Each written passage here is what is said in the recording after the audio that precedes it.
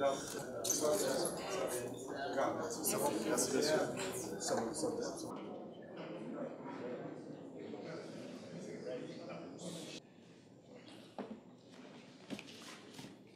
bien, vous êtes bien nombreux, hein?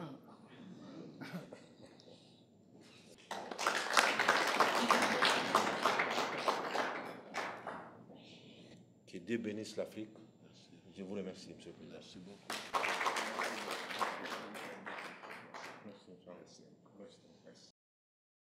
Monsieur le Président, chers frères, nous venons d'avoir un entretien approfondi qui nous a permis d'aborder des sujets d'intérêt commun, notamment les relations économiques bilatérales et la situation sécuritaire dans nos pays et dans la sous-région. Nous avons aussi échangé sur la situation politique dans nos deux pays. Depuis plusieurs mois, la Guinée traverse une étape cruciale de son histoire. La Côte d'Ivoire suit évidemment avec un grand intérêt cette évolution, ainsi que pour les efforts déployés pour retrouver la normalité constitutionnelle. Nous avons aussi échangé sur cette situation préoccupante dans notre sous-région, notamment la situation sécuritaire, politique et humanitaire dans les pays du Sahel et les menaces que ceci pose pour les pays côtiers. Je forme des vœux pour le bon déroulement du processus engagé en Guinée et vous réaffirme la disponibilité de la Côte d'Ivoire à œuvrer au renforcement des relations historiques d'amitié, de fraternité et de coopération entre nos deux pays. Et aussi, je reste disponible pour tout conseil que vous souhaiteriez que nous puissions vous apporter.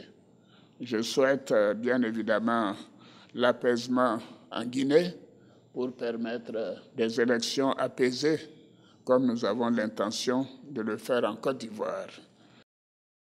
Excellence, Monsieur le Président, chers grands frères, c'est un immense honneur pour moi d'effectuer cette visite en terre africaine de Côte d'Ivoire.